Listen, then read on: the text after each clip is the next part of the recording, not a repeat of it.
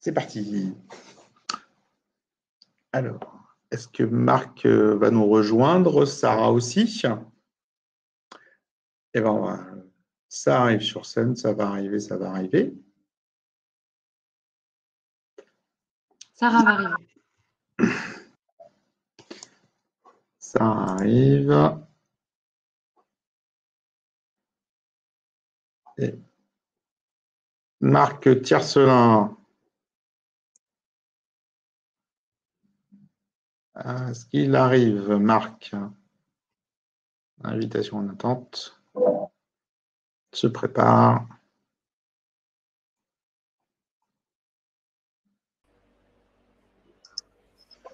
Là. Marc vient de nous rejoindre. Il ne nous manque plus que Sarah qui va arriver. Bonjour. Bonjour Marc.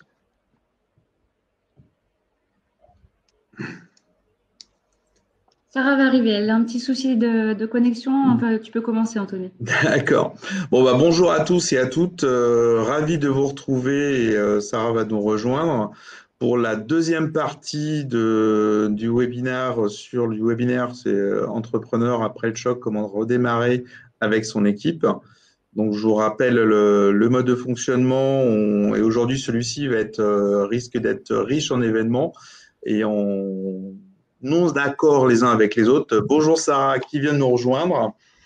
Donc aujourd'hui, à l'initiative, je rappelle, de l'association GSC, d'essayer maintenant tous les 15 jours de vous partager des visions, des échanges pour la reprise d'activité, le comportement, nos comportements, nos appréhensions en tant que chef d'entreprise, pour vivre et aborder tous ensemble ce que nous vivons les uns et les autres et d'essayer de transmettre quelques bonnes règles, quelques pratiques, toujours concentré autour du chef d'entreprise, essentiellement là-dessus. C'est vraiment notre dada et les fondamentaux de l'association. Donc, m'a rejoint Marc Tiercelin, que beaucoup connaissent en tant que navigateur au long cours, navigateur en solitaire, course au large, mais aussi, il ne faut pas l'oublier, chef d'entreprise, créateur de beaucoup de projets, de destruction de projets, de remontage de projets. Et aujourd'hui aussi, Sarah, que pour certains qui ont déjà vu il y a 15 jours, psychologue kinéticienne qui accompagne beaucoup de chefs d'entreprise, mais aussi de salariés, et qui va essayer de nous donner un peu aussi cette vision psychologique que nous tous, hommes et femmes, vivons au quotidien. Là aujourd'hui, et là ce qui a été très riche dans la préparation de ce webinaire, c'est que tous les trois, on n'est pas toujours tombé d'accord sur ce qu'il fallait faire, pas faire et comment le faire. Donc l'idée, on va être, et il faudra bien, n'oubliez pas de poser vos questions durant les interventions, puisque chaque fois, Pauline, que vous avez vu en préambule, est un peu notre maîtresse du temps et des timings pour nous remonter des questions et de pouvoir faire le maximum d'interactions tout environ à peu près toutes les 10-15 minutes pour enrichir au maximum nos actions les uns les autres. Donc aujourd'hui, c'est vrai que entreprendre après le choc, nous, hommes-femmes entrepreneurs, comment je redémarre, comment je gère mes équipes. J'ai pris conscience que je viens de vivre un choc. Tous mes collaborateurs, collaboratrices ont vécu un choc, tous mes clients, tous mes fournisseurs. Et ça y est, il faut redémarrer, on est reparti. Comment je fais et comment je réagis, comment je me comporte. Donc, on a préparé et vu 3 axes. Le premier qui était face à un danger, l'action est nécessaire et comment j'agis en tant qu'entreprise. Comment gérer ses collaborateurs, collaboratrices quand on a conscience d'une situation qui représente un danger. Et en dernier point, en quoi le management en temps de crise est-il différent ou fortement différent.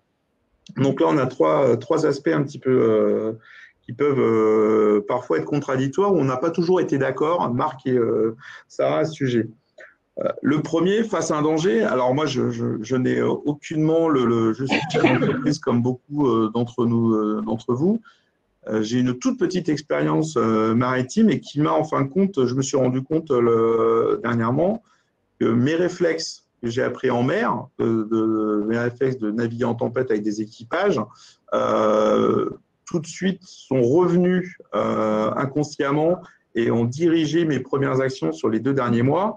de façon, je suis en crise, il y a une situation, une contrainte extérieure très très forte, mince, il faut que j'agisse, j'avance. Tant pis, je sais que l'action, elle doit être immédiate, instantanée, et j'y vais et j'avance, quitte à peut-être aller à oublier des gens au passage, parce que ça y est, j'ai avancé, je vais de plus en plus fort, et te dire tout de suite, essayer de détecter qui va bien, qui va pas bien, et toi fais ceci, toi fais cela, faut avancer, faut avancer, faut avancer, parce que la contrainte est très clivante, elle est là, et il faut aller de l'avant. Toi, Marc, dans ces situations-là, où là, moi, c'est vrai que j'ai eu des réflexes tout de suite de petits navigateurs en haute mer, de notions de danger qui m'a tout de suite fait réagir immédiatement, qui fait que je n'ai pas eu au final de questions plus psychologiques que ça à me poser. J'ai pas tergiversé, j'ai agi. Je suis allé directement dans de l'action, dans de l'immédiateté. Cette notion-là, Marc, tu la partages, tu es pas d'accord? Comment elle s'est passée de ton côté? Alors, c'est vrai que je suis navigateur et je suis aussi effectivement chef d'entreprise et en tout cas entrepreneur, puisque chaque projet de voile, c'est une entreprise. Il faut trouver les fonds nécessaires comme dans une entreprise, il faut trouver les personnes pour mettre tout ça en œuvre et il faut que le projet aboutisse et réussisse comme on le souhaite aussi dans une entreprise. Il n'y a pas de différence non plus sur les compétences. Chaque domaine a des compétences spécifiques. La navigation, c'est des compétences spécifiques. La dimension entrepreneuriale à terre d'un projet de course a aussi des compétences spécifiques. Et une entreprise X ou Y a d'autres compétences. Donc normalement, avant la crise, avant le choc, avant la tempête, avant le problème, les personnes qui ont des compétences doivent les garder. Enfin, les ont encore. Elles les ont pas perdues dans le choc. Et simplement, elles sont peut-être enfouies derrière l'émotion, derrière la peur, derrière un certain nombre de points que peut-être Sarah nous expliquera, nous éclaircira.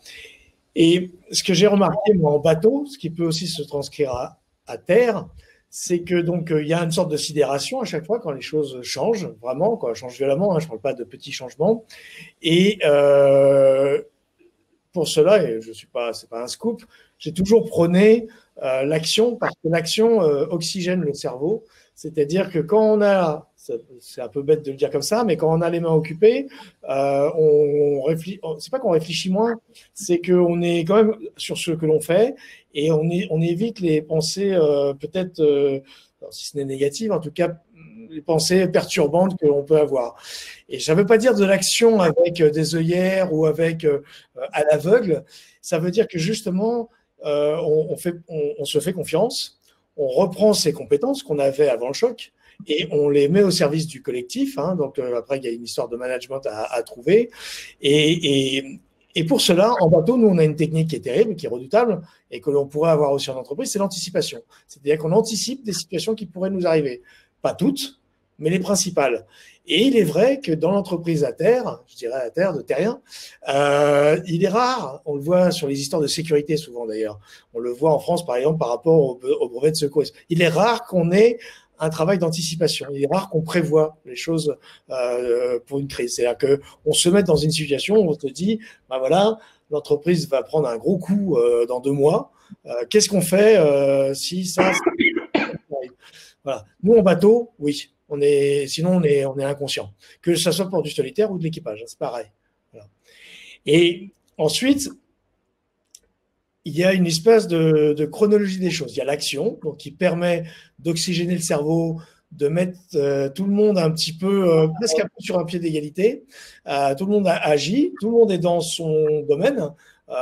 Chacun va s'occuper de ce qu'il connaît, de ce qui justement a été anticipé. Si par exemple on a pris le mât est tombé, donc il y a quelqu'un qui va s'occuper du gréement, d'autres des voiles, d'autres des cordages, d'autres de la partie stratification, structure du bateau, d'autres la communication. Donc voilà, on a dématé, la course est arrêtée, on a un blessé à bord. Donc chacun va prendre son rôle et on va être dans l'action. La réflexion viendra pour après, pour plus tard. Parce que si on commence par la réflexion, on va se mettre en difficulté parce que le coup de vent est peut-être pas terminé complètement.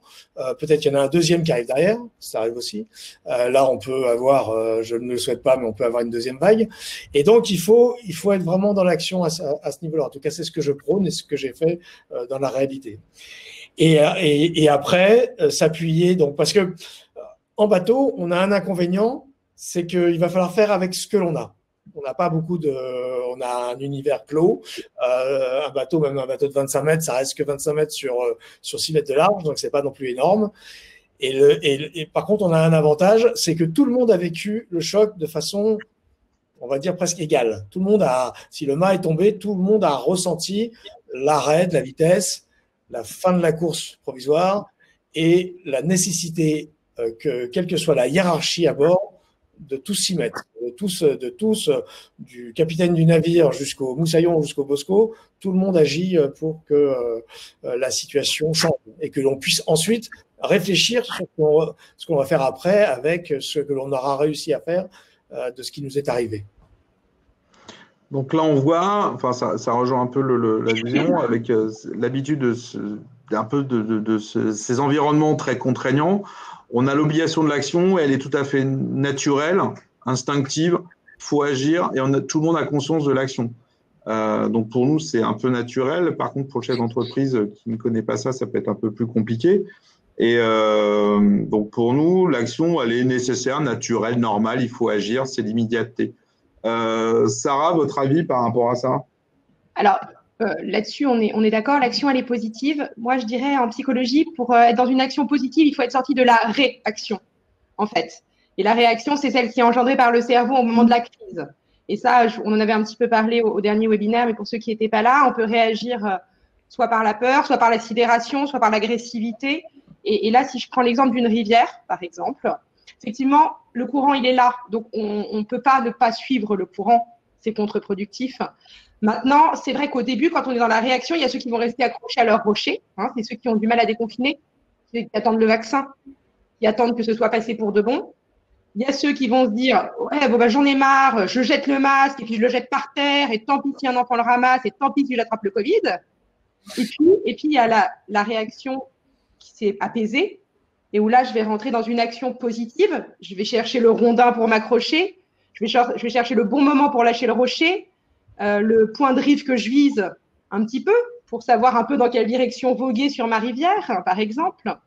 Donc voilà. Donc oui, l'action, oui, en ayant pris le temps de jauger les paramètres et d'être sorti du choc finalement. Hein. Il faut quand même avoir pris le temps d'être sorti du choc, en tout cas en psychologie, pour être dans une action un peu plus réfléchie, on va dire.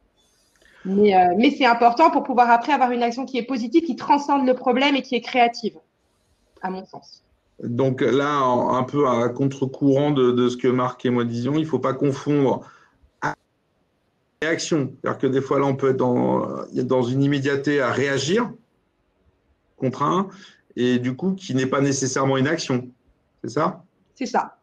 Comme dit l'adage, ne pas confondre vitesse et précipitation. En tout cas, en psychologie, on est là-dessus. D'accord. Mais du coup, comment on fait le distinguo entre les deux? Parce que là, on est en train de tous, au final, être en hyper-action ou en hyper-réaction.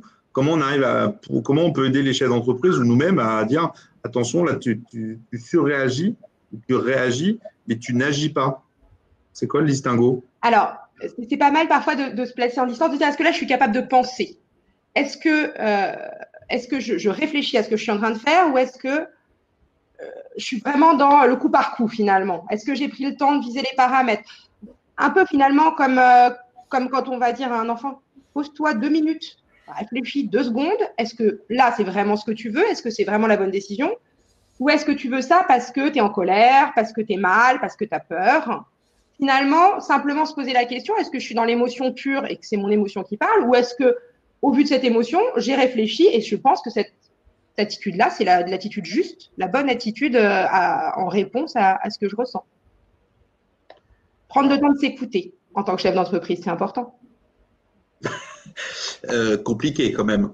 Marc, toi, dans ton expérience aussi de chef d'entreprise, dans ton montage de tes projets, tu arrives à faire le distinguo entre quand on est en mer, où on est dans de la réaction et c'est clair, c'est précis, et quand on est en entreprise, là, toi, en tant que chef d'entreprise, en tant que créateur, tu arrives à bien faire le distinguo des deux? C'est assez complexe, et là, je peux même parler pour moi, mais aussi pour les marins.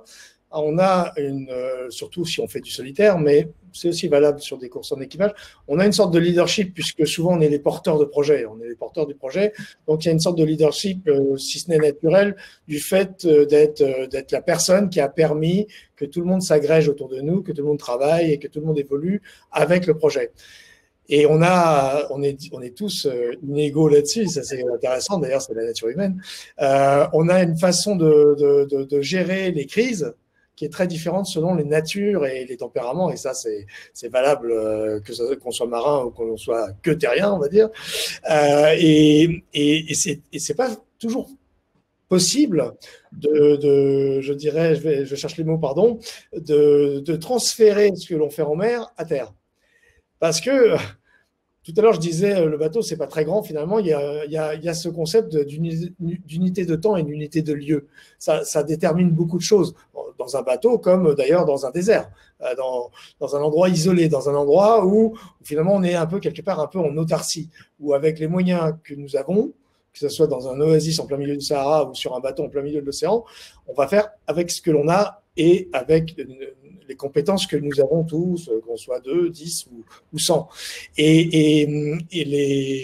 La façon de le mettre en œuvre n'est pas du tout pareil sur un bateau que sur la terre. Sur un bateau, effectivement, le mode directif, ou en tout cas volontariste, se fait presque naturellement parce que tout le monde veut sauver sa peau.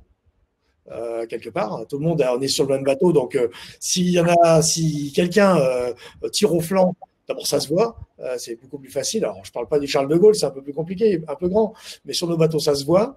Et puis le groupe corrige, toujours fait de la proprioception, on va dire, il corrige en permanence. Et par contre à terre, c'est toujours possible de s'échapper, de trouver une excuse, on peut toujours avoir piscine sur un problème, entre guillemets, et ça fait une vraie différence. La motivation peut être bonne à terre, mais les personnes qui vont encadrer l'ensemble, qui vont faire qui sont en charge que l'entreprise recommence, vont avoir beaucoup plus de travail parce qu'il va falloir trouver des stimulations, une façon de se mettre en perspective, comment dire, où il va falloir stimuler la volonté des uns et des autres. Parce qu'on retrouve ce que dit Sarah, il y en a qui vont péter des câbles, d'autres qui vont en profiter pour se mettre de côté en disant, bon, de toute façon, moi c'est tombé, mais je suis pour rien. Et puis d'autres qui vont se mettre dans l'action. On va retrouver toute la nature humaine. Il y a plus d'unité à bord d'un bateau. C'est un peu le parallèle qu'on peut faire avec les militaires. Quand on est dans le combat, c'est un peu compliqué de s'échapper. Enfin, voilà.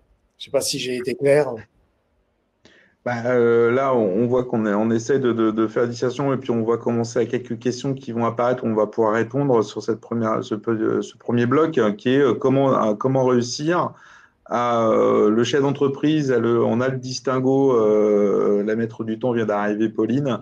Le distinguo de dire oui, le chef d'entreprise peut avoir conscience, et on peut avoir conscience de cette perte, de cette notion de danger qu'on en a actuellement et cette obligation d'action, de donner une temporalité à tout ça, avec dans une situation où l'entreprise, ça reste diffus, le danger, il n'est pas physique, enfin quand il est immatériel, et de comment arriver à concilier ces deux mondes. Pauline, au niveau des questions, c'est un peu ça qui ressort? Oui, alors il y a notamment une question de Caroline qui pose la question de est-ce que l'on peut concilier réaction immédiate à court terme et action constructive à moyen et long terme? Je ne sais pas si Marc ou Sarah, vous avez de quoi répondre. Sarah ? Allons-y. Oui, je pense que oui. Parce que certes, alors moi je parlais tout à l'heure de réaction et la réaction, elle est inhérente à notre fonctionnement. Il se passe quelque chose, on réagit. Et dans un deuxième temps, on repense et on réagit et on agit, entre guillemets. Pour autant, on a quand même un bagage, on a des connaissances, on n'est pas vierge d'expérience. Donc quand il se passe quelque chose, notre cerveau, il est capable de mettre en place tout un tas de connexions pour se souvenir de situations semblables qu'il a déjà connues, même si ce n'était pas la même situation. En tout cas, ça fait écho à des choses. Et instinctivement, normalement, quand tout va bien, on va quand même mettre en place des choses qui ont fonctionné dans le passé.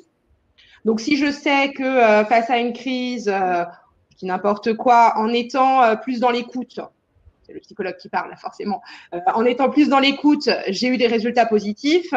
Face à une deuxième crise, même si elle est différente, je vais remettre en place des choses qui vont finalement fonctionner dans quelque chose de constructif à plus long terme, à mon sens.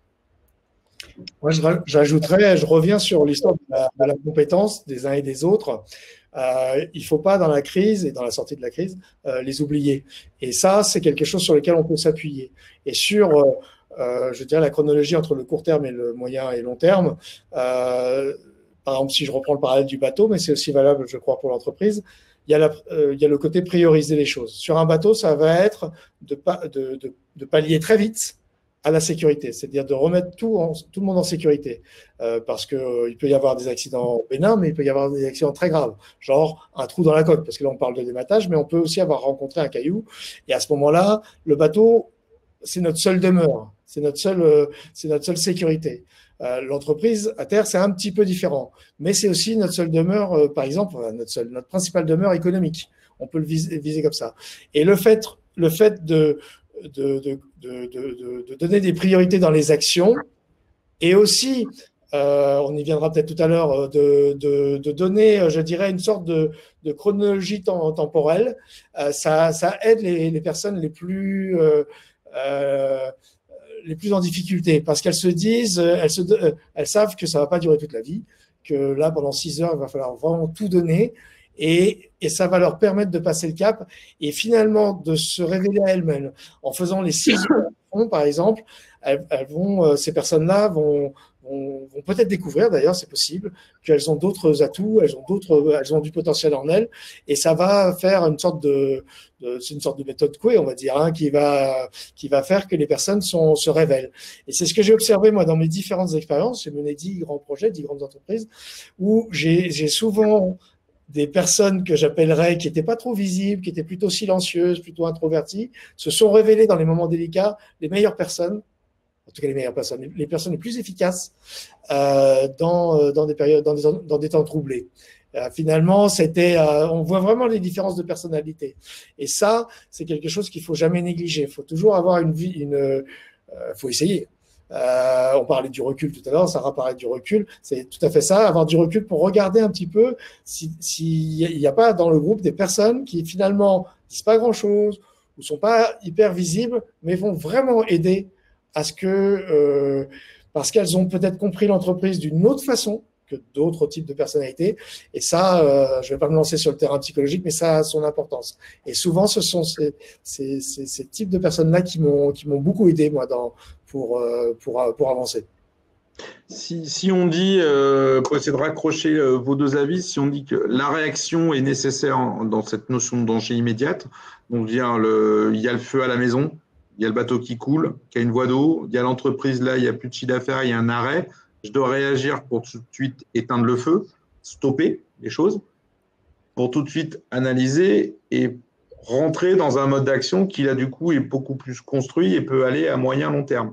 Et là déterminer, mais de décorréler le côté danger de dire bon maintenant je respire, j'ai éteint le feu, la maison ne brûle pas, tout le monde est en sécurité, tout le monde a ses masques, tout le monde a son gel. Enfin, j'ai fait la réaction, je dirais instinctive, qui est grégaire. Enfin, vraiment le cerveau qui va dire je suis en mode survie et maintenant pour aller mieux me développer, il faut que je commence à agir, mais tout en gardant cette notion de danger où là il va falloir amener les gens, comme on l'a vu il y a 15 jours, à sortir du déconfinement, à sortir de la psychose ou de l'arrêt psychologique que les gens ont pris.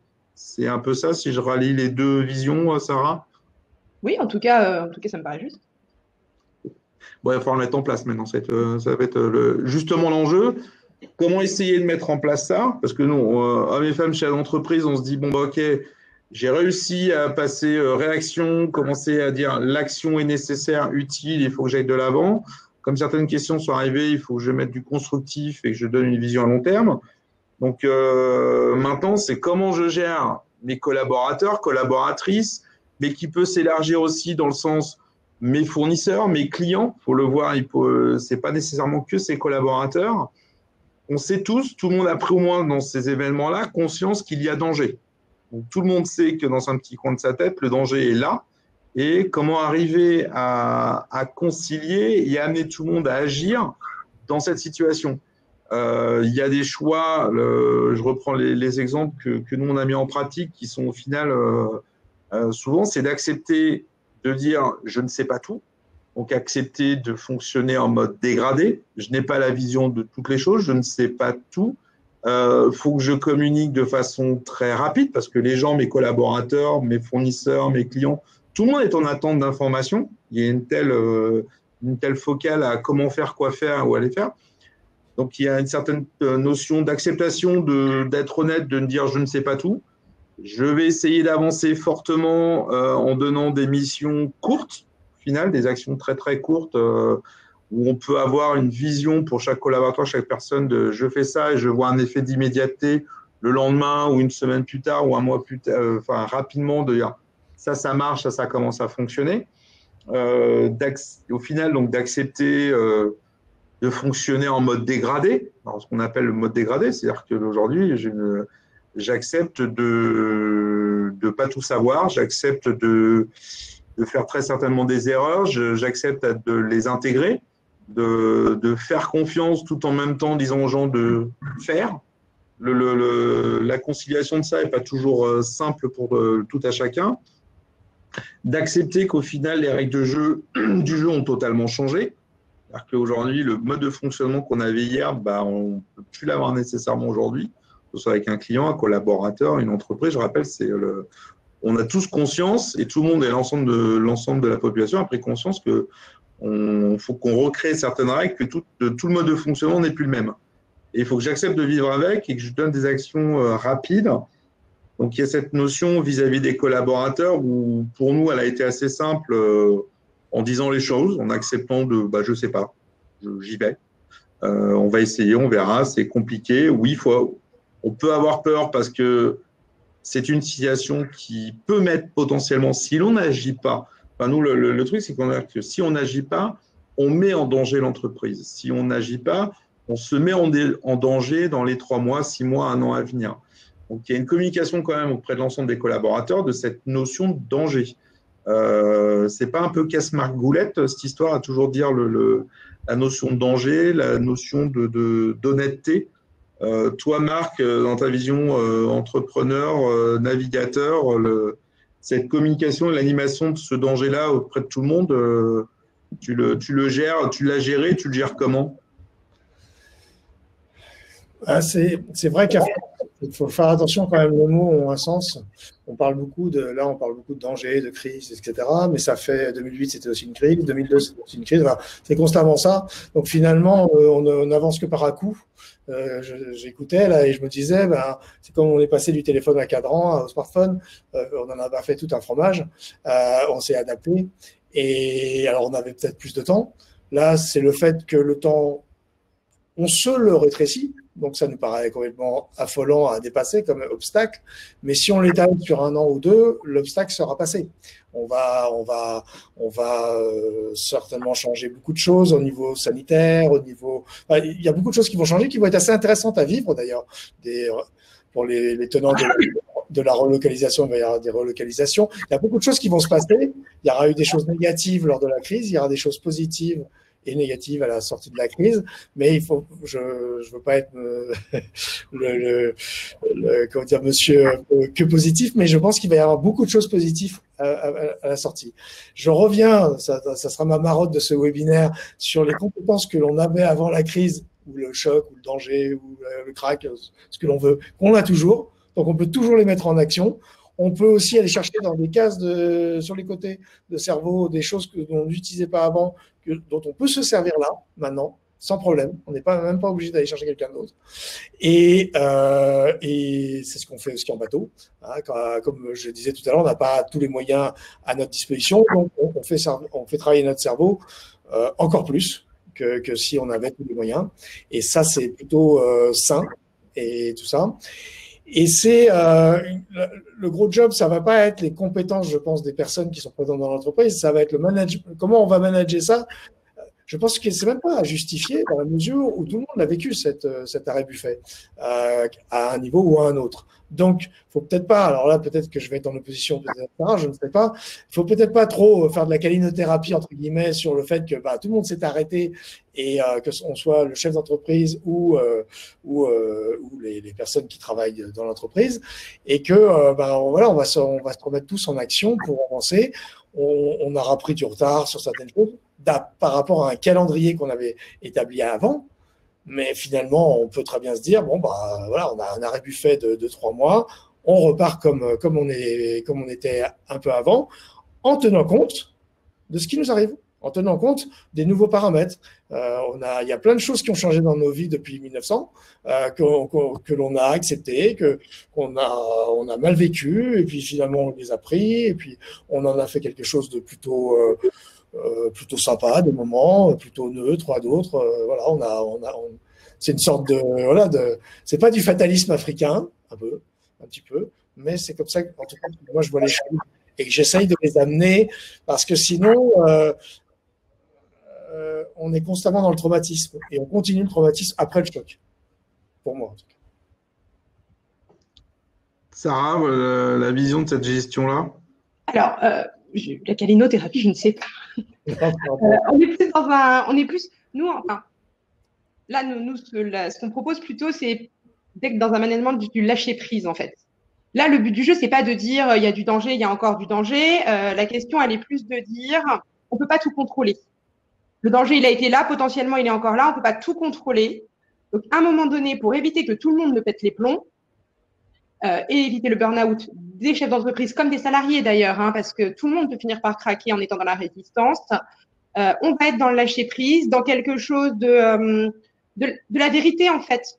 On va être dans une forme de vérité. Il y a eu ça, il y a potentiellement ça et ça. Mutualisons nos capacités. Là-dessus, je rejoins Marc. Mutualisons nos capacités, mutualisons nos forces, cherchons chez nos collaborateurs et chez nous-mêmes des ressources auxquelles on n'avait pas forcément pensé, pour faire face à cette crise et pour en faire quelque chose d'intéressant. On est vraiment dans le chêne et le roseau. Voilà. Là, si je reste dans, encore une fois, ce que je connaissais, si je résiste, si j'essaye pas d'avancer face au changement dans le positif, que ce soit avec moi, que ce soit avec mes équipes, je casse. L'idée, c'est vraiment plus ça, être créatif, être peut-être dans un management un peu plus horizontal, entre guillemets. Mais en tout cas, c'est utiliser ce changement qu'on vient de vivre pour en faire quelque chose de positif par rapport aux équipes. Et peut-être effectivement découvrir des nouvelles ressources. Découvrir de nouvelles ressources, mais se dire à un moment donné, c'est un peu l'ambivalence. On va dire le chef d'entreprise va avoir sa gestion du stress en disant là, il faut vraiment que ça bouge, il faut changer, il faut agir. Parce que si je continue, je sais que je vais dans le mur. Donc, il a cette notion de dangerosité. Les gens en ont un peu conscience et il faut la transformer en côté positif en disant, en agissant, comme disait Marc, les qualités étaient déjà là avant, donc elles ont pas disparu. C'est que les règles ont totalement changé. Enfin, le modèle change là-dessus. Donc, au final, c'est pas si grave que ça si l'on change. Donc, c'est plutôt de transformer, de dire le danger est dans l'inaction. C'est là où je dis, voilà, c'est que le danger est dans l'inaction et le fait d'agir, de fédérer, permet de sortir de cette notion de danger et d'être moins anxiogène. Parce que c'est un peu le bout de piste qu'il faut essayer à tout à chacun de chef d'entreprise à diffuser et relayer auprès de ses collaborateurs. Moi, je pense qu'il faut être juste. Je pense qu'il y a une notion de justesse vraiment importante. C'est ce qu'on disait finalement. C'est ça la frontière. C'est ne pas être dans l'excès, ni dans le danger, ni dans le câlinage, effectivement, qui n'est pas adapté non plus. Il faut suivre le courant de façon adaptée. Et donner l'information de façon adaptée aussi. Pardon. Pardon, Sarah. On est souvent aussi, tout le monde dans l'entreprise, le bateau, c'est pareil, un exemple. Un mauvais ou un bon exemple. Ou un bon exemple ou un mauvais exemple.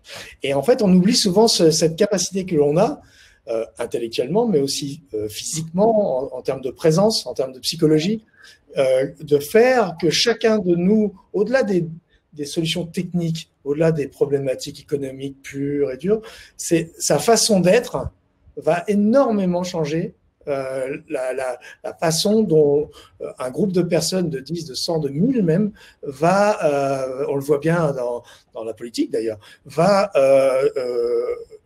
embrasser quelque chose, va avoir envie de se projeter et de le faire. Je pense que aussi d'ailleurs, ce que nous venons de vivre et que nous allons revivre d'ailleurs, il faut le dire, d'une façon différente, mais on va le revivre, nettoie. Ça a tendance à nettoyer alors je ne parle pas de nettoyage humain, c'est pas ça du tout. Ça nettoie le processus. Ça fait une sorte de reset.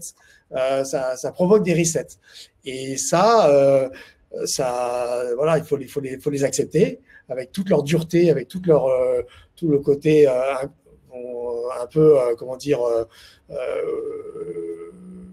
au hasard. Enfin, il y a un petit côté terrible, mais dans le monde de l'entreprise, il va y avoir des trucs très très durs. Enfin, il y a déjà des choses très très dures, mais c'est aussi au-delà de l'histoire de l'opportunité, c'est une forme de reset qu'il faut saisir aussi. Faut pas juste la regarder et s'asseoir et pleurer. Faut la saisir aussi celle-là. Pauline est réapparue. Je pense qu'il y a eu quelques questions qui ont commencé à apparaître, des questionnements où il y a de la question qui est arrivée. Oui, quelques questions qui font le lien notamment avec l'importance des compétences des uns et des autres, mais aussi cette histoire de reset. Céline pose la question qui est pas mal remontée sur que pensez-vous d'écrire les nouvelles règles du jeu avec ses collaborateurs, par exemple? Qu'en pensez-vous? Alors, moi, justement, en travaillant pour le webinaire, j'ai repensé à quelque chose d'assez que j'avais vu passer il y a pas mal d'années dans une grande entreprise automobile où ils avaient fait une boîte à idées pour les salariés, mais je crois que ça existait dans d'autres entreprises où tous les salariés, s'ils le souhaitaient, hein, c'était libre, mettaient une idée sur le management, sur les produits, enfin, je ne sais pas, dans ce cas. Et ça avait généré des dizaines de milliers de réponses qui, au départ, avaient été prises en compte par les hiérarchies. Après, ça a duré quelques mois, peut-être années, je ne sais pas. Et après, ça a été un peu abandonné, comme si ça avait été une mode à une époque. Mais les articles que j'avais lus là-dessus étaient positifs. Les gens étaient contents qu'on ait lu leurs propositions, que certaines soient mises en pratique dans l'entreprise et tout ça. Et le retour à ce principe de boîte à idées est aussi une façon, alors maintenant on a d'autres outils, hein, mais c'est aussi une façon que tout le monde participe. Moi, pour accompagner ça, il dit attention, oui, il faut il faut partager l'information, dire les choses, la situation, et de détecter les gens qui se l'approprient et qui sont force de proposition. Et après, il faut aussi, quand on met ce type de mécanique en place, il faut être sûr de pouvoir y répondre et de pouvoir les mettre en action, parce qu'il n'y a rien de pire que d'avoir quelqu'un de motivé, impliqué, qui propose des idées et on lui dit merci, mais non. Là, en termes de motivation dans ces équipes, là-dessus, vous tirez une balle dans le pied tout seul, vous venez de vous rajouter un boulet au pied, vous venez de creuser votre tombe. Sarah, par rapport à ça, l'avis? Alors oui et non. Je suis contre. J'avais prévenu qu'on ne serait pas nécessairement d'accord. Je dirais oui, bien sûr, mais c'est toujours pareil. Si on verbalise ce risque-là au début, en disant voilà, aujourd'hui, on a besoin de la créativité de tous pour repartir de cette période difficile, néanmoins, on ne pourra pas tout mettre en place. Je pense que c'est jouable. Si je suis sur une île déserte, il y en a un qui propose de construire un radeau et le deuxième de construire une radio avec une branche de palmier et un coton-tige. On peut laisser les deux faire et on utilisera la première solution qui marche quelque part. Hein, mais il faut l'avoir verbalisé au début en disant oui, on ne prendra pas et le radeau et la radio, ça ne marchera pas.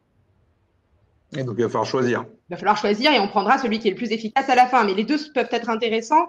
Et comme on disait tout à l'heure, il y avait une question avec réaction et court à moyen terme, ce que ça peut donner. Là, on est typiquement là-dedans. Dans la réaction, on laisse les gens proposer deux choses qui potentiellement peuvent marcher. Et c'est sur le moyen long terme qu'on verra ce qui était le plus probant. D'accord. Pauline, il y avait d'autres questions, je crois. Alain qui pose la question notamment sur cette… Caroline disait aussi sur la justesse de la communication et Alain indique quelle transparence aussi à avoir avec le tsunami d'informations qui peuvent parfois être contradictoires, que le chef d'entreprise reçoit à longueur de journée, et comment gérer cette information-là avec ses propres collaborateurs. Je vais commencer à répondre, puis après je pense que Marc et Sarah interviendront. C'est que oui, aujourd'hui, tout chef d'entreprise, je crois qu'en une semaine, j'ai dû recevoir une trentaine de questionnaires de comment allez-vous, les situations, et ainsi de suite. Beaucoup d'entreprises, de fournisseurs de gens vous posent 150 000 questions, que ce soit collaborateurs internes, externes. De l'autre côté, vous avez des informations qui vont dans tous les sens. Donc, on se retrouve avec un carrefour d'informations assommantes, voire anxiogènes, voire qui se contredisent les unes les autres. Donc là, comment lutter par rapport à ça? J'ai peut-être fait moi une action un peu directive en disant je sais ce que je peux faire, c'est mes propres actions avec mes collaborateurs et mon environnement immédiat, et j'oublie toutes ces informations, tous ces trucs où je n'ai aucune action possible. Je vais les subir, mais j'aurai aucune action. Donc, je les mets de côté et j'avance et je vais de l'avant. Alors c'est peut-être un peu trop fermé. Marc, Sarah, vous en pensez quoi? Moi, je suis d'accord. Là, pour le coup, je suis d'accord. Alors là, pour le coup, c'est l'expérience de clinicienne. Je vais dire ce que nous, on dit aux patients qui sont aujourd'hui dans l'anxiété par rapport à toutes les informations, justement, comme ça, qu'ils prennent et qui sont extrêmement anxiogènes. Effectivement, on coupe le maximum l'accès à l'information diverse et variée. On en garde une qu'on juge fiable. Et on ne multiplie pas les sources d'informations parce qu'effectivement, en tout cas, là, pour le coup, je parle vraiment en termes de difficultés psychologiques. Hein, je ne parle pas au niveau de l'entreprise. Mais le fait d'en avoir trop et tout le temps, ça rajoute de l'anxiété et c'est extrêmement négatif au niveau de l'émotionnel. On a eu énormément de gens qui sont morts, voire qui ont vécu des dépressions très, très profondes et longues après le 11 septembre, mais ils n'étaient absolument pas à New York. Et le fait d'avoir en fil d'infos en permanence les avions se crachant dans les tours, 24 heures sur 24, a généré quelque chose de terrible. Non, nous en bateau, ça c'est génial. Un Vendée Globe, par exemple, si on arrive dans les derniers, les premiers Vendée Globe, ça mettait 6 mois. Pendant 6 mois, alors j'ai jamais fait le dernier, mais pendant 6 mois, vous coupez toute source d'information. En tout cas, celle-là, vous avez des brèves qui vous arrivent. Je parle des Vendée Globe d'il y a assez longtemps. Et quand vous arrivez, c'est comme la télévision. Pendant très longtemps, je ne l'ai jamais eu. Hein. Et quand vous la remettez un an après, vous retrouvez les mêmes choses. Donc, vous pouvez arrêter. Non, je rigole, mais c'est pas faux. Et quand on arrête les fils d'infos en permanence, moi je suis quelqu'un qui consomme pas mal d'infos, mais beaucoup de la presse papier, enfin des choses, des choses débat idées plutôt que le fait divers ou que le courant de la journée. Ça fait du bien dans la tête, ça c'est sûr. Et donc là, on va passer au dernier thème, c'est là celui-ci où la question du management en temps de crise est-il différent? Justement, c'est un peu les questions qu'il y avait tout à chacun. Est-ce que l'on doit revoir en tant que chef d'entreprise son management? Est-il réellement différent en temps de crise? On a vu qu'on avait beaucoup de questions sur notre côté de dirigeants, de communication, de distribution, d'échange. Là aujourd'hui, c'est là où on n'a pas toujours été tout à fait en phase, en préparation, et je vous rassure à tous et à toutes, on n'a pas mis les gants de boxe et on ne s'est pas battu. Par contre, l'ordre des priorités, c'est qu'on peut avoir une notion quand on sait qu'on est en crise, on sait qu'on a beaucoup d'informations, on fait le choix parfois justement de couper certaines infos, d'agir. On constate que certains collaborateurs étant eux-mêmes un peu en attente, sont en attente, donc il faut être un petit peu plus dirigiste, c'est-à-dire, et d'exécuter, de mettre en ordre de bataille l'entreprise, de mettre en ordre d'action l'ensemble des collaborateurs, de revoir comment les fournisseurs agissent, comment les clients agissent. Donc au final, avoir une action beaucoup plus dirigiste dans cette phase-là, qui fait que ça peut être, on devient très directif. Là-dessus, donc on peut tuer, alors que juste avant on disait ça serait bien d'être collaboratif, mettre en avant des idées, et la première réaction, je dirais, c'est peut-être d'essayer d'avoir de mon côté une pédagogie directive, de dire j'explique ce qu'on doit faire, il faut le faire, un tel va devoir faire ceci, un tel va devoir faire cela, un tel va devoir avoir ceci, cela, donc même en essayant de donner du sens, mais on devient directif avec des points d'état très courts, c'est-à-dire que là, c'est pour la semaine prochaine ou la semaine suivante. Donc, ça peut être ressenti pour certains de façon, on ne me fait plus confiance, j'ai plus ma liberté de parole, j'ai plus ma liberté de choix. Vous en pensez quoi? Parce que nous, on a été surpris en mettant ça en place, que les gens reprenaient confiance en eux, se repositionnaient en disant, se sentaient plus à l'aise, plus en sécurité, de dire, ah, je sais ce que je fais cette semaine, je sais ce que je fais la semaine suivante, et on me refait confiance, mais dans un cadre beaucoup plus limité. Et ok, on m'a pas demandé de penser à la stratégie, mais on m'a demandé de mettre en application et de m'investir à fond dans une mission claire et précise, parce qu'on avait beaucoup de personnes qui étaient complètement atones, et c'est rien de péjoratif dans tout ça, mais qui savaient pas comment prendre les choses et par quel bout. Marc, toi, dans ces situations-là, tu es de quel type de réaction? Il faut gamberger, pas gamberger, agir? Moi, j'utilise beaucoup, j'ai enseigné pendant 15 ans, donc ça m'aide. J'utilise beaucoup la pédagogie, ça c'est sûr, tout le temps. Le côté dirigiste, on l'appelle comme ça, je ne sais pas si le mot est bon, on peut l'assumer. De manière, il y a une sorte de hiérarchie dans toute entreprise, dans tout bateau, dans toute chose d'ailleurs, hein, qu'on aime ou qu'on n'aime pas, les choses peuvent changer. La hiérarchie n'est pas éternelle, mais elle existe. Et elle existe aussi parce que c'est une façon aussi qui aide à avancer, quoi. Donc, qu'on le veuille ou non, elle existe dans la nature déjà de base. Et donc, moi, je me sers beaucoup de la pédagogie. Et après, et on l'a vu dans l'histoire du Covid, et surtout de la partie mentale, c'est qu'à partir du moment où on trace, alors ça n'a pas été, il y a eu de tout, hein, il y a eu les deux côtés, mais à partir du moment où on donne des dates, où on donne un peu une temporalité aux choses, on a quand même, on a la possibilité de dire, ok, là je vais être assez directif, assez voilà, tout ce qui est lié au côté directif. Mais après, quand nous serons sortis de l'ornière, rien n'empêche que les choses reprennent leur cours comme avant, ou que les ouvertures que nous avons connues pendant 5, 10, 15 ans soient de nouveau tout à fait légitimes. Mais là, dans la période de crise, et là je reprends le parallèle avec le bateau, c'est pas le moment de rentrer dans des discussions, dans des palabres. Chaque personne doit prendre son rôle. On aura toujours des personnes qui voudront apporter un point de vue dissonant. Donc, on peut peut-être en tenir compte si ça ne prend pas des heures et que si on sent que le groupe sent que ça peut vraiment apporter quelque chose. Mais sinon, il en va des gens qui dirigent l'entreprise, des personnes qui dirigent l'entreprise, de prendre leur rôle, quoi. Sinon, à ce moment-là, il passe à quelqu'un d'autre. Mais il y a bien quelqu'un qui doit diriger l'ensemble. Sinon, on va nulle part. Et il faut arrêter comme disait très bien Coluche, excusez-moi de nous demander pardon, quoi. Il y a un moment, il faut pas être dictatorial, il faut pas faire une crise d'autoritarisme, mais il faut avoir une autorité naturelle qui soit dans le sens de l'entreprise et des personnes qui la constituent. C'est très général ce que je dis, mais c'est ce que j'ai essayé de faire moi dans ma manière de manager les équipes que j'ai eues pendant toutes ces années. Donc Sarah, le cadre, il est structurant et rassurant. Mais encore une fois, je pense que là, en période de crise comme ça, c'est un management qui change, on l'a dit plusieurs fois.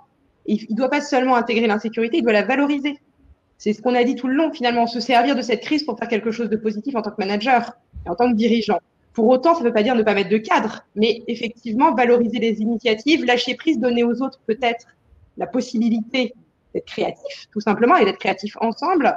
D'ailleurs, on le voit, hein, les entreprises qui rebondissent là, on en voit, alors on les voit un peu aux infos, mais des entreprises qui font preuve de créativité. Je pense en particulier aux restos qui sont dans la recherche de solutions pour faire des trucs sympas, pour pouvoir réattirer les clients dans des conditions un peu particulières. Je pense à un qui a fait des grosses cloches très design pour respecter les distances, etc.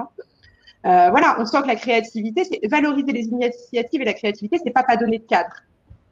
C'est pas ne pas être leader. Au contraire, c'est être un leader positif et bienveillant qui fait de la pédagogie aussi, effectivement, et qui donne du mou dans cette période qui a besoin qu'on lâche prise et qu'on suive le courant de façon adaptée. Mais voilà, mais c'est pas incompatible à mon sens. Tout à fait, parce que je crois qu'il n'y a rien de pire dans une période comme celle que là, au moment où nous parlons, d'être dans le flou. au niveau du calendrier, au niveau des actions, au niveau des moyens que l'on va utiliser et de là où on va. Le flou va être terrible, va être encore peut-être pire que la crise. Oui, mais je pense que c'est peut-être ça aussi où la notion du chef d'entreprise pour beaucoup d'entre nous est de se dire je ne suis pas dans une totale fermeture ou une contrainte, parce que là, les exemples qu'on cite bien souvent de réactivité ou de créativité sont souvent dans des entreprises où ils ont été complètement, ils n'ont plus d'activité, donc il a fallu, le contexte, l'environnement est immédiat, il faut créer quelque chose. Là, ce que dit, c'est pour ceux qui n'ont pas eu de fermeture administrative, qui étaient en fin de compte, je suis censé continuer à travailler, mais mes clients sont plus là, certains sont arrêtés et ainsi de suite. Donc, on est dans cette zone de flou où là, recréer de la créativité dans une zone de flou, en ayant cette notion peut-être inconsciente de dire là, il y a danger parce que je ne sais pas et tout est flou et mou. C'est peut-être là où beaucoup d'entreprises, beaucoup de chefs d'entreprise se retrouvent à l'heure actuelle, où on est balancé entre directifs, pédagogie, aventure, créer de la créativité dans quelque chose où on ne sait pas où on est, redevient stressant, non? C'est là, pardon, c'est là où on parlait tout à l'heure, on avait raison, cette question d'un internaute qui disait l'excès de communication. C'est là où je reprends l'exemple de Sarah avec la rivière, où toute l'eau de l'extérieur va rentrer dans l'édifice. À partir du moment où il y a du flou, où il y a et tout ce qui est lié au flou, ça va rentrer de partout. Et à ce moment-là, ça va être super compliqué de se relancer, de recadrer les choses et d'avancer à peu près tout le monde dans la même direction. Ça, je parle d'expérience. Pardon, Sarah, j'ai coupé. Non, mais pas du tout. Non, j'écoute. Tu répondre, Sarah.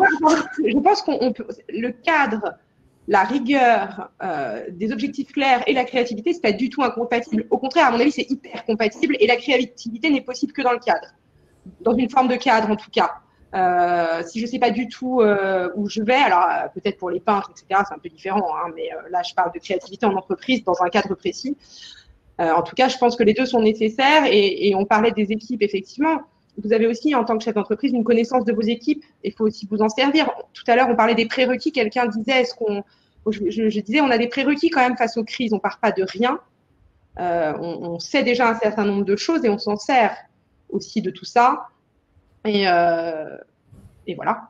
Et je pense que les deux sont en tout cas pas incompatibles. Et juste en tant que psychologue, je pense aussi que pour vous servir de la connaissance que vous avez de vos équipes, pour faire redémarrer vos équipes, il faut aussi voir les gens dans leur individualité. Là, on a beaucoup parlé du groupe, de l'entreprise, du redémarrage, de la créativité. Je pense que là, il faut aussi se rendre compte qu'il y a des gens qui vont être force de proposition, Marc l'a bien dit, il y a des gens qui vont être à l'aise dans le changement, dans le mouvement, et puis il y a des gens pour qui ça va être plus compliqué, et puis il y a des gens qui vont avoir besoin d'aide aussi. Et je pense que là, en tant que chef d'entreprise, il faut aussi parfois savoir passer la main et parfois se décharger un peu de tout ça pour pouvoir repartir un peu plus léger et avancer. Pauline, est-ce qu'il y a une ou deux questions qui ressortent par rapport à ça? Nous avons perdu Pauline. Ah, Pauline apparaît. Je lisais justement les questions. Caroline reparle du redémarrage de l'équipe. Certaines personnes réagissent de manière très différente, soit celles qui préfèrent complètement tourner la page, mais certains aussi ne parviendront pas à faire ça. Et dans ce cas-là, est-ce qu'il faut mettre un peu aussi en avant ce qu'on a appris de cette crise et beaucoup mis sur un reset. Et je voulais avoir un peu votre avis là-dessus parce que je trouve que c'est assez intéressant. Les choses vont se faire naturellement. Le reset, il est là, qu'on le veuille ou non, il est là. Hein. Et ce que l'on va avoir appris de la crise, on ne peut pas le dire maintenant, c'est trop tôt. Ça va être... oui, on peut dire ce qu'on a appris de la crise pendant le moment très dense de la crise, mais je pense que là, on n'a rien appris. On était un peu... on a fait au mieux de ce que l'on a pu, les uns et les autres. Et il y a certaines personnes qui se sont laissées aller, d'autres qui ont été proactives, d'autres qui se sont dit « Attends, là, il y a une opportunité, je vais me lancer. » Sarah l'expliquait, le restaurant avec ses cloches et tout. Donc, on va avoir vraiment autant de réponses que de personnalités. Mais par contre, ce que va nous avoir appris la crise, je pense qu'on en verra les résultats vraiment en début d'année prochaine, dans un semestre. Il n'y a rien à l'échelle du monde. dans 6 mois, c'est pas grand-chose. On verra comment il y aura eu les côtés négatifs de cette crise, donc toutes les faillites, par exemple, le chômage, par exemple, et un certain nombre de choses, l'endettement et tout. Mais on va aussi avoir un autre pendant à ça. Enfin, c'est obligatoire. Et donc, mais on le verra pas maintenant. On va pas le voir avant l'été. Enfin, à mon avis, je suis pas Madame Irma, mais je pense qu'on verra ça dans pas mal de mois. Faut pas être trop impatient.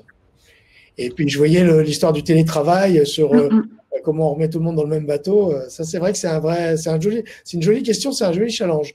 J'avoue que je sais pas, parce qu'il y a une histoire physique, hein, les gens qui travaillent chez eux et les personnes qui travaillent chez elles et celles dans l'entreprise. Mais on peut se servir là aussi par exemple, des personnes qui travaillent toute l'année depuis des décennies dans leur voiture, qui sont sur les routes tout le temps, dans des trucs à l'étranger, etc. Il y a certainement plein d'exemples autour de nous, dans d'autres entreprises, qui peuvent nous servir pour nous inspirer, en tout cas. Alors là, je pense que la question de Marie-Christine touche davantage aussi à la notion de cohésion de l'équipe. Parce que si dans une équipe, une partie est en télétravail, une partie est sur site, il est vrai que la dynamique de l'équipe est plus tout à fait la même. Autant si dans une entreprise, toute l'équipe est en télétravail, tout le monde vit la même chose, c'est sûr. Là, c'est fédéré. Aujourd'hui, le télétravail ou le travail à distance, suivant certains métiers, ça ne peut pas être à plein temps. C'est-à-dire qu'aujourd'hui, quand tout le monde est séparé les uns des autres à plein temps tout le temps, on constate de toute façon, et toutes les études le montrent, une perte de productivité, de réactivité, de génération de nouvelles idées, ça perd en productivité. Et je dirais qu'à un moment donné, le gros enseignement de la crise sur lequel on peut être sûr aujourd'hui déjà, pour revenir appuyer par rapport à Marc, c'est tout simplement la réaction de l'être humain. C'est aujourd'hui ce qui est très fort, c'est les premiers enseignements qu'on peut tirer, c'est de son entourage proche, de ses collaborateurs, collaboratrices. C'est là où, à un moment donné, les liens sont au final devenus plus forts. C'est là où, en fin de compte, on peut voir des choses apparaître, et c'est plutôt ça à mettre en avant, de se dire, la première chose que je sais déjà, c'est la réaction de mes collaborateurs d'aujourd'hui, les valeurs ajoutées que certains apportent dès maintenant, et que le lien et la force de demain, c'est l'action immédiate qu'on est capable de mener aujourd'hui. Le premier enseignement, c'est de se dire, déjà, je suis capable d'agir et j'ai découvert des gens autour de moi qui agissaient et on allait ensemble vers une solution. Après, tout le reste, des impacts, des enseignements, moi, c'est une grande aventure aujourd'hui. Hein. C'est bien. Moi, pour essayer de répondre aux deux questions, je pense qu'effectivement, vous allez avoir autant de réactions différentes que de salariés, entre guillemets, mais c'est vous le capitaine du bateau. Donc, à vous peut-être de donner la couleur que vous voulez à la direction à prendre, et en respectant les différences de chacun, bien sûr, mais si vous avez besoin de tirer une expérience de cette crise, il n'y a pas de raison que ça ne se passe pas dans la façon dont vous allez redémarrer. Et c'est pareil pour le télétravail. Et le télétravail, on voit que les entreprises commencent à réfléchir à des solutions pour essayer de fédérer autour de ça. Hein, là, il y a des entreprises qui font le choix, même si tout le monde ne doit pas être sur site, de faire revenir tout le monde sur site, parce que ça leur paraît plus égalitaire. Il y a des entreprises qui mettent tout le monde en télétravail quand c'est possible. Voilà. Mais là aussi, finalement, prendre le temps de réfléchir, d'être créatif, encore une fois, et de faire avec les particularités de chacun et les différences de chacun. Mais encore une fois, c'est vous qui donnez le cap. Et bien, d'ailleurs… Il y a un commentaire à ce sujet-là. Oui, je crois que ça, pour essayer de clôturer, qui était le bon mot, c'est que nous sommes tous dirigeants, on essaye de faire au mieux de ce que l'on peut, savoir s'entourer, donner un cap, d'avoir la franchise et l'honnêteté de dire où est-ce qu'on est, où est-ce qu'on veut aller, de valoriser ce que l'on sait déjà, d'accepter de ne pas savoir jusqu'où la route va nous mener et comment et dans quels aléas nous allons passer. Je crois que c'est ça, et qui va être un mixte entre le donner un cap, être directif, pédagogue, donner du sens à chaque chose, et d'accepter de ne pas tout savoir et essayer de rejeter au maximum les informations qui sont plutôt anxiogènes et qui ne nous permettent pas d'avancer. C'est-à-dire de rejeter tout ce qui ne permet pas d'avancer et de se forcer à avancer avec le maximum de personnes autour de nous. Bon, en tout cas, merci beaucoup à tous et à toutes. Je vous donne rendez-vous le 11 juin prochain.